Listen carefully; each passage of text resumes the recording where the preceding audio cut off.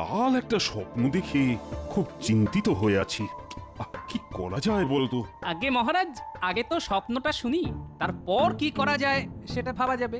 হ্যাঁ, ঠিক ঠিক, আমি স্বপ্নটাই তো বলিনি। তাহলে শোনো সবাই, ভগবান আমাকে বললেন রাজ্যে সবাইকে কিছু খাবার জিনিস দান করতে, যাতে তারা খেয়ে খুশি হয়। কিন্তু সেটা যে কি তাই ভেবে পাচ্ছি না। মহারাজ, সামনেই বড়দিন, সাহেবরা সেদিন কেক খায়। আমরা যদি নগরের সবাইকে কেক বানিয়ে খাওয়াতে পারি তবে তারা খেয়ে খুশি হবে। এত কেক কোথায় পাওয়া যাবে মহারাজ? মহারাজ, আপনি কেকের ব্যাপারে উদ্বিগ্ন হবেন না, আমি জোগাড় করে দেব। এত হাঁস তুমি কোথায় পাবে? শেষে কি ঘোড়ার ডিম দিয়ে কেক বানাবে নাকি? হ্যাঁ, কি ব্যবস্থা হলো বলো তো? এখন তো কৃষ্ণনগরের সাহেব কম নেই, নবাব তাদের ব্যবসা করার অনুমতি দিয়েছেন, আর কেক বানাতে ওরা ওস্তাদ। তাই ওদের কাছ থেকেই কেক নেব। তাদের কেক খেতেও ভালো হবে, দেখতেও। আমাকে তো মহারাজ বেশ কিছু মোহর দিতে হবে, এত কেকের খরচা তো কম নয়। তুমি রাজকোষাগার থেকে যত খুশি মোহর নিয়ে যাও, দুদিনের মধ্যেই কেক কিন্তু আমার লাগবে। মহারাজ, মন্ত্রী মশাইকে বলে দিন খরচের হিসেবটাও যেন কেকের সঙ্গে উনি আপনাকে দেন। সব খরচের হিসেব রাখাটা খুব জরুরি কিন্তু।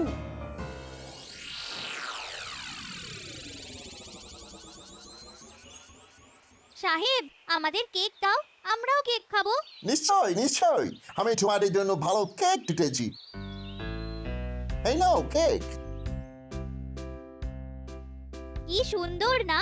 দেখতেই যদি এত ভালো হয় তাহলে খেতে নিশ্চয়ই আরো ভালো হবে। দাদু দিদাকে না দিয়ে তো খাওয়া উচিত হবে না রে। আমরা এই কেক আগে দাদুর বাড়ি নিয়ে যাই, কি বল? সেটাই ভালো হবে। চল কেক নিয়ে দাদু আর দিদাকে চমকে দিই।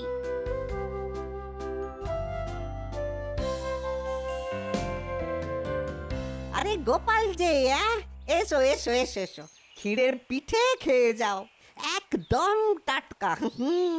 খেতেই তো এসেছি, তা দাও খান বিশেক পিঠে। এই তো চাই, এই তো চাই। লোকে যেখানে ওই পিঠে ছেড়ে কেক খাই কে জানে, তাও যদি টাটকা হতো। হ্যাঁ, এই সময় কেকের এত চাহিদা হয় যে সাহেবেরা পচা ডিম দিয়ে কেক বানায়, সস্তায়ও দেয়, লোকে সেটাই কিনে খায়। হ্যাঁ, একবার ওই মুখ দিয়ে দেখো খেয়ে, দুবার আর খেতে চাইবে না। হ্যাঁ, পচা ডিম মানে মন্ত্রী সস্তায় ওই ডিম দিয়ে তৈরি কেক নিয়ে যাবে, হ্যাঁ, আর বাকি মোহর নিজের কাছে রাখবে। তা যা বলেছো ভাই, কৃষ্ণনগরের মিষ্টি ছেড়ে লোকে এখন কেক খাচ্ছে। সত্যি কথা বলতে কি, নবাবের উচিতই হয়নি সাহেবদের এখানে ব্যবসা করার অনুমতি দেওয়া। এটা কিন্তু একদম ঠিক কথা বলেছো গোপাল। ওই তো একটা সাহেবের দোকান, গিয়ে কথা বলি। এমন দরদাম করবো না, সাহেব পালিয়ে বাঁচবে। আসুন আসুন, ভালো কেক লইয়া যান, নিজে খাইবেন অন্যকে খাওয়াইবেন। না না, আমি নিজে খেতে আসিনি, কেক নিয়ে যেতে এসেছি। বাহ বাহ, আপনি তো মশাই রাইস আদমি আছেন, তা কত কেক লাগিবে? ধরে নিন 500 কেক। 500 কেক, সেটা অনেক দাম পড়িয়া যাইবে। দাম পড়িয়া যাইবে মানে? এত কেক নেব তাও দাম পড়ে যাবে? এটা কৃষ্ণনগর, রসের জায়গা, এখানে ব্যবসা করতে গেলে দাম কম নিতে হবে, বুঝলে সাহেব? আমরা সারা বিশ্বে ব্যবসা করিয়া বেড়াই, আমাদের আপনি ব্যবসা শিখাইবেন? আগে কত দিতে পারিবেন সেইটা বলুন। 500 কেকের জন্য দিতে পারি 5 মোহর, এতে আপনার পোষালে দেবেন, নইলে দেবেন না। দিতে পারিব না তো একবারও বলি নাই, কিন্তু সেই কেক হইবে পচা হাঁসের ডিমের, চলিবে? হ্যাঁ হ্যাঁ, চলবে। আমি তো আর খাবো না, বিলিয়ে দেব। ঠিক আছে, কবে লাগিবে? বড়দিনের দিন সকালে।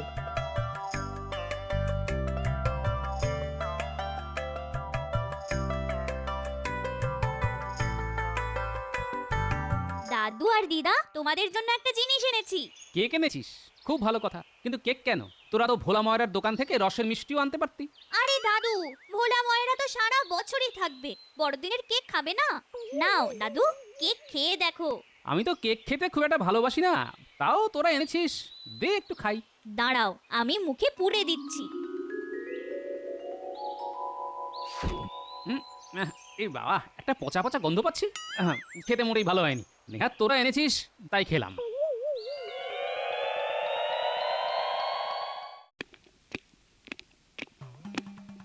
মহারাজ, কেকের ব্যবস্থা করে এসেছি। হ্যাঁ, দাম একটু বেশি পড়লো বটে, কিন্তু কেক একেবারে খাঁটি। আরে খরচটা বলো, কত মোহর পড়লো?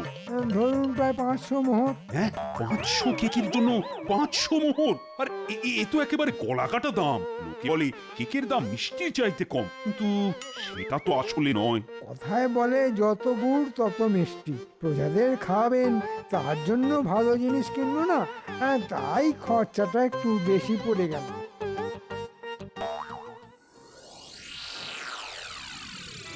ওরে ওরে বাপ রে বাপ, গিন্নি গিন্নি পেটের ব্যথায় যে বিছানা থেকে উঠতে পারছি না। ওহ, আজে বাজে জিনিস খাবে তো পেট ব্যথা হবে না? আরো গেল গেল। কি ব্যথা কি ব্যথা! আরে আমি তো পুটিদের আনা কেক একটু খেয়েছিলাম, তুমি খাওনি তো? না না, আমি এখনো মুখে তোলার সুযোগই পাইনি। হ্যাঁ, আর খেও না আর খেও না, মনে হয় কেকটা খারাপ ছিল বুঝলে। ও বাবা, কি ব্যথা! আমি যা থাকতে পারছি না গো। তাহলে উল্টেদের ডাক দি, ওরা বৈদ্য মশাইকে আসতে বলুক। হ্যাঁ তাই করো তাই করো, বৈদ্য না আসলে আমি মরে যাব।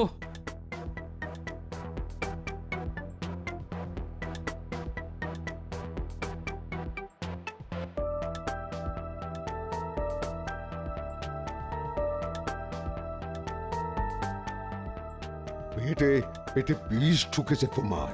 কি খেয়েছিলে বলো তো? ওই বড়দিন উপলক্ষে পুটিরা একটা কেক নিয়ে এসেছিল, সেখান থেকে একটুখানি খেয়েছিলাম। সেখান থেকেই হয়েছে। কেন যে ওই পচা ডিমের কেক খেতে চাও জানি না বাবা। বিষাক্ত জিনিসের এক টুকরোই যথেষ্ট। গোপাল গোপাল, তুমি কিন্তু ওই কেক পেক আর খেতে যেও না। আর পুঁটি গুলটে তোদেরও বলছি, ওসব জিনিস খাওয়া ঠিক নয়, বুঝেছিস? শোন গুলটেন ন্যাপলা, তোরা যে দোকান থেকে কেক কিনেছিলি সেই দোকানের উপর নজর রাখিস। দেখবি কারা ঢুকলো আর কারা বেরোলো, বুঝলি?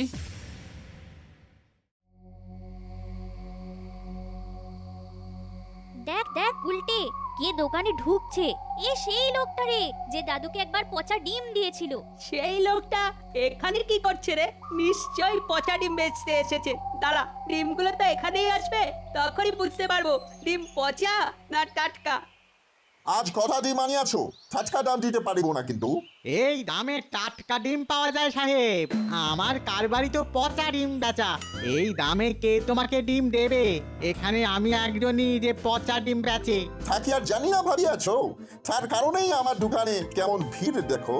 লোককে সস্তায় মাল বেচিলেই তাহারা আসবে, কিন্তু তাহারা কত বোকা। তাহারা জানিতেও পারিল না যে কিভাবে আমি এত সস্তায় মাল বিক্রয় করিতে পারি। কি শয়তান এরা! পচা ডিমের কেক বানাচ্ছে, আর আমরাই সেটা কিনে নিয়ে যাচ্ছি আর বাড়িতে বসে খাচ্ছি। দাদুর পেটের যে অবস্থা হয়েছিল সেটা তো এই রকম কেক খাওয়ার জন্যই। ওই তো এক্ষুনি ডিম ফাটাবে, তখনই বুঝবো ডিম পচা কিনা। ফাটাচ্ছে ফাটাচ্ছে, বাবারে! উফ, কি গন্ধ! বাপরে বাপ, এগুলো দিয়ে ওরা কেক বানাবে? এক্ষুনি এখান থেকে চলে যেতে হবে। উফ বাবা, কি গন্ধ! হ্যাঁ, আমার যা দেখার তা দেখা হয়ে গেছে। পচা ডিম যে লোকটা বিক্রি করে সে এখানেও পচা ডিম দেয়। আমরাও নিজের চোখে দেখে এসেছি, পচা ডিম ফাটানো হচ্ছে। বাপরে, গন্ধে পালিয়ে এলাম। এবার চল, দাদুকে সব বলতে হবে। একটু দাঁড়িয়ে যা, ওই দেখ কে আসছে, মন্ত্রী মশাই। মন্ত্রী মশাই এই দোকানে? তার মানে মহারাজ যে বড়দিনের দিন সবাইকে কেক খাওয়াবে বলেছে, সেটা মন্ত্রী মশাই এখান থেকেই নেবেন। আচ্ছা, আর কিছু দেখার নেই, এখন দাদুকে সব বলতে হবে। জমিয়ে শীত পড়েছে, তাই খেজুর গুড়ের পিঠে করব বলে নলেন গুড় এই হারানের দোকান থেকে কিনে নিয়ে এসেছিলাম। কিন্তু তোমার যে শরীরের অবস্থা, তাতে আর করতে সাহস পাচ্ছি না। আরে বৈদ্যর ওষুধ খেয়ে আমি তো একেবারে সুস্থ হয়ে গেছি। তুমি নলেন গুড়ের পিঠে করবে আর আমি খাবো না, এটা হতে পারে? আচ্ছা আচ্ছা আচ্ছা, তুমি কি বানাবে বললে? নলেন গুড়ের পিঠে? পিঠে পিঠে, হ্যাঁ, পেয়ে গেছি, পথ পেয়ে গেছি গিন্নি। তুমি যে দোকানটার উপর নজর রাখতে বলেছিলে, আজ আমরা তাই করেছি, আর অনেক কিছু দেখে ফেললাম। কি দেখলি শিগগিরই বল। দেখলাম যে লোকটা তোমায় পচা ডিম বিক্রি করেছিল সে ওই দোকানে পচা ডিম দিয়ে গেল, আর তারপরেই মন্ত্রী মশাই সেই দোকানে গিয়ে ঢুকলো। তাহলে তো সোনায় সোহাগা, একে মন্ত্রী তাই পচা ডিম বিক্রেতা, একেবারে দুয়ে দুয়ে চার। আচ্ছা গিনি, তুমি যেন কি বানাবে বলেছিলে? নলেন গুড়ের পিঠে? শোন, আমি পথ পেয়ে গেছি, তোরা শুধু নজরদারি চালিয়ে যা। এবার 2-2 4, মহারাজের ইচ্ছে আমি পূরণ করবই। দাদু, বড়দিনের রাতে না এক দাড়িওয়ালা দাদু সব বাচ্চার ইচ্ছে পূরণ করে। মহারাজের মনে হয় তেমনই ইচ্ছে হয়েছিল। দাড়িওয়ালা দাদু? সে আবার কে রে? তার নাম জানি না, মানে ভুলে গেছি। তার মাথায় লাল টুপি, সাদা দাড়ি আর গায়ে লাল জোব্বা। তার সঙ্গে থাকে একটা ঝোলা। বাচ্চারা বড়দিনের আগের রাতে জানলায় মোজা ঝুলিয়ে রাখে, আর দাড়ি বুড়ো তাদের ঝোলায় অনেক কিছু দেয়। গিন্নি গিন্নি গিন্নি, তোমার লাল শাড়ি আছে না? শিগগির একটা জুব্বা বানিয়ে দাও তো, আর একটা লাল টুপি। বাড়িতে নলেন গুড় আছে না? তা দিয়ে পিঠে বানাও যতগুলি পারো। আজ রাতে আমি দাড়ি বুড়ো সাজবো। আমি এক্ষুনি বিজ্ঞানীর বাড়ি থেকে আসছি, বিজ্ঞানীকে আমার খুব দরকার। এ কি গোপাল, এত রাতে? খুব দরকার আছে, আমাকে এক্ষুনি পশম দিয়ে দাড়ি বুড়ো বানিয়ে দিতে হবে। আমি রাতেই বেরোবো। ও, বড়দিনের আগের রাতে তুমি সান্টা ক্লজ হবে? ঠিক আছে, আমি এক্ষুনি বানিয়ে দিচ্ছি। আরেকটা কাজ করে দিতে হবে, ইংরেজি হরফে এই কয়েকটা বাংলা শব্দ তোমায় এই কাগজে লিখে দিতে হবে। ওতে কি লেখা আছে দেখি? আচ্ছা, বেশ বেশ, আমি এক্ষুনি লিখে দিচ্ছি। আমরা চৌর্যবৃত্তির দ্বারা পচা ডিমের কেক বানাইয়া অতি সস্তায় তা এখানকার মানুষকে বিক্রয় করিয়াছি। লইয়া যান, লইয়া যান, এত সস্তার কেক আর মিলিবে না। হ্যাঁ, তোমাকে যে কিভাবে ধন্যবাদ দেবো বিজ্ঞানী, তার ভাষা খুঁজে পাচ্ছি না। এইসব অসৎ সাহেবদের শাস্তি হোক, এটা তো আমিও চাই। হ্যাঁ,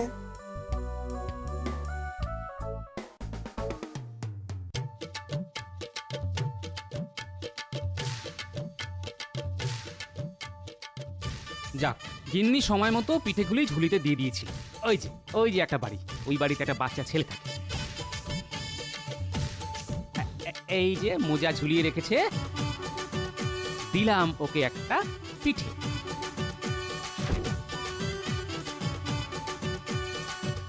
পিঠে প্রায় শেষ, আর কয়েকটা আছে। ওই তো বাড়িটা দেখা যাচ্ছে, ওখানে একটা বাচ্চা মিষ্টি ছেলে থাকে, তাকে দিয়ে আসি। সেটাও একটা মোজা ঝুলিয়ে রেখেছে, ওকে শেষ পিঠেটা দিয়ে দিলাম। এবার আমার আসল কাজটাই বাকি রয়ে গেছে, যাই কাজটা করে আসি।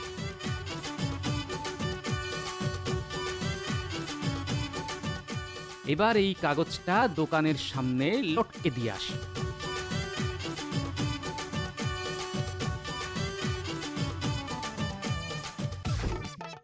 ব্যাস, এবার আমার কাজ শেষ। আমার দোকানের সামনে কে কি সব লিখে রাখা গেছে? নিশ্চয়ই সান্টা ক্লজ আমাদের আশীর্বাদ জানাই আছেন, কিন্তু এখন সময় নাই, রাজবাড়িতে কেক পৌঁছাইতে হইবে। আমি কেক লইয়া চলিলাম।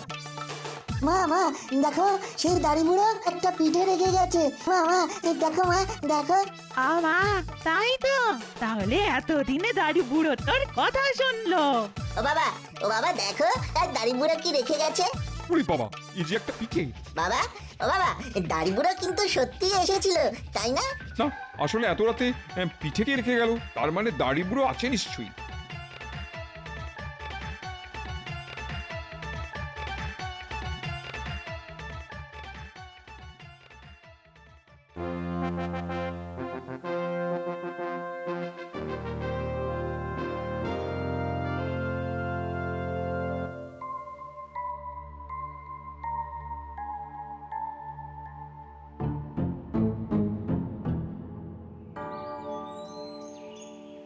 গুড মর্নিং মহারাজ। এর মানে কি মন্ত্রী? গুড মানে কেক আর মর্নিং মানে গ্রহণ করুন।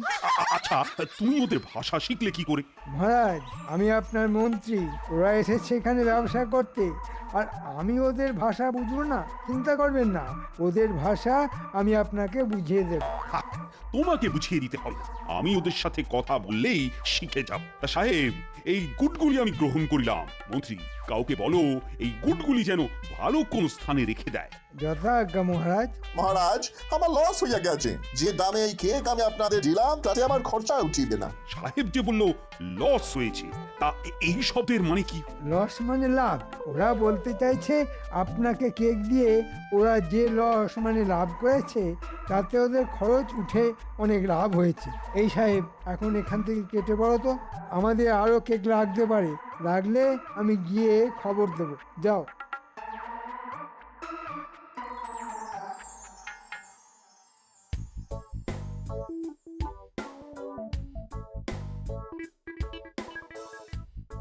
যাক, সব কাজ হয়ে গেছে। সব বাচ্চাদের ঝোলায় ওদের দিদার বানানো পিঠে দিয়ে এসেছি। আমরাও পেয়েছি, তোমার জন্য বসে থাকতে থাকতে ঘুমিয়ে পড়েছিলাম। এবার যাওয়া যাক সেই সাহেবের দোকানে। তোরাও চল, মজা দেখতে পাবি।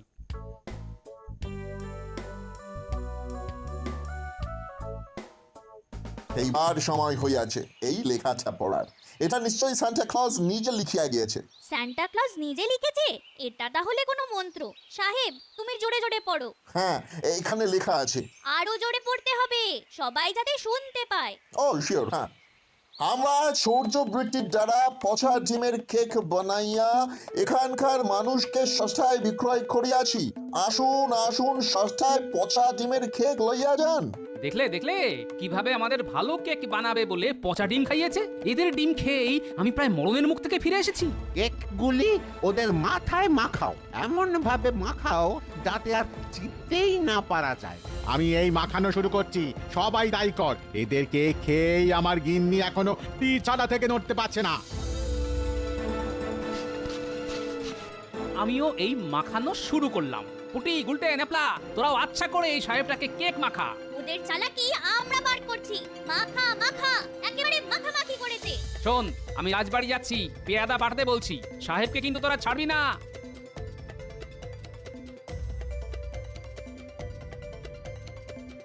হ্যাঁ, আমি রাজ্যবাসীকে পচা ডিমের কেক খাওয়াতে যাচ্ছিলাম। হায় হায় হায়, কি সর্বনাশ হতো।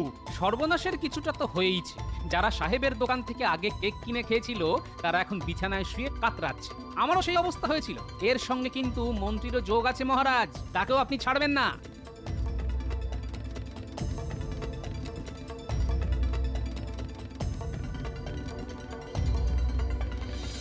কেক মাখা অবস্থায় এইটাই সেই সাহেব? মহারাজ, এই সাহেবের দোকান থেকেই সস্তায় কেক কিনে খেয়ে আমার পুরো পরিবার আজ বিছানায়। এর কঠিন শাস্তি হওয়া উচিত। মহারাজ, এরা পচা ডিম দিয়ে কেক বানায়। আমি কোনো অন্যায় করি নাই মহারাজ। আপনার মন্ত্রী মাত্র 5 মোহর খরচা করিয়া 500 কেক চাহিয়াছিল। তা কি করে সম্ভব মহারাজ? এই পচা ডিম কিনিয়া কেক বানাইয়াছিলাম। Yes, মহারাজ, believe me. সাহেবটাকে বাগানে নিয়ে যাও, ওখানে একটা গর্ত করা আছে সার তৈরির জন্য।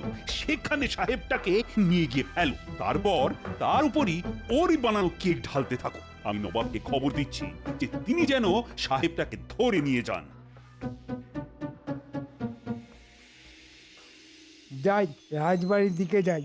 এতক্ষণে সাহেব নিশ্চয়ই কেক দিয়ে গেছে।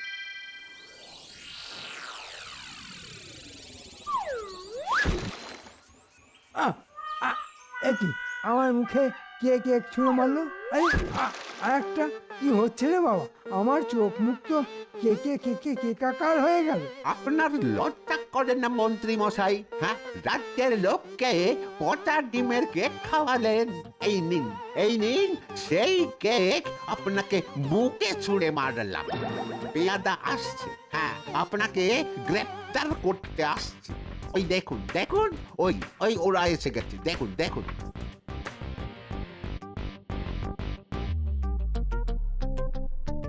ছি ছি মন্ত্রী, তুমি সাহেবের সাথে হাত মিলিয়ে এই কাজ করেছো? আমি কি করলাম তাই তো বুঝতে পারছি না। ভাবিতেছ না 5 মোহরে 500 কেক কখনো সম্ভব হয়? হ্যাঁ, আমি তাই পচা ডিম দিয়া কেক বানাইয়াছি। তোমার ব্যবস্থা পরে হবে, কিন্তু গোপাল, আমি যে আজ সবাইকে কেক খাওয়াবো বলেছিলাম সেটার কি হবে বলো তো? সব ঠিক হয়ে যাবে মহারাজ, আপনি কিচ্ছু চিন্তা করবেন না। খালি কেকের বদলে পিঠে খাবে রাজ্যের লোক। আপনি আমায় কিছু মোহর দিন মহারাজ, আমি ভোলা ময়রার দোকান থেকে টাটকা পিঠে বানিয়ে এনে তা সবার ঘরে ঘরে পাঠিয়ে দেব।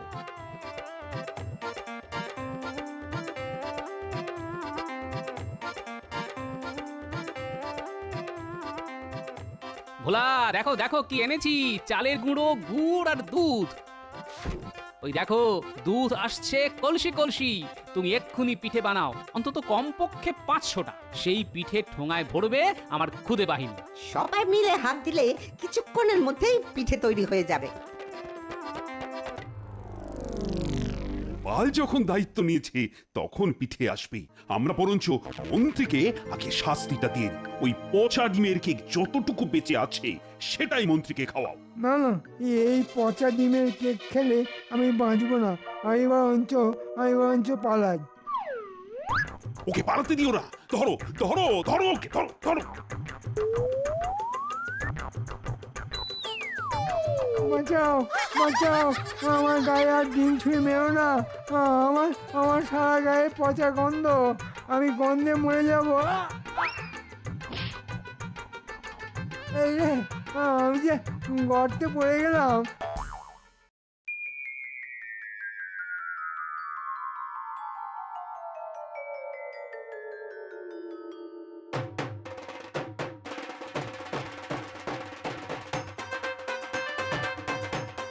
এই নে, এই ঠোঙায় পিঠে আছে, তোরা সবাই মিলে দৌড় লাগা, প্রত্যেকটা বাড়িতে বাড়িতে এই ঠোঙা পৌঁছে দে, সবাই যেন পিঠে খেতে পারে।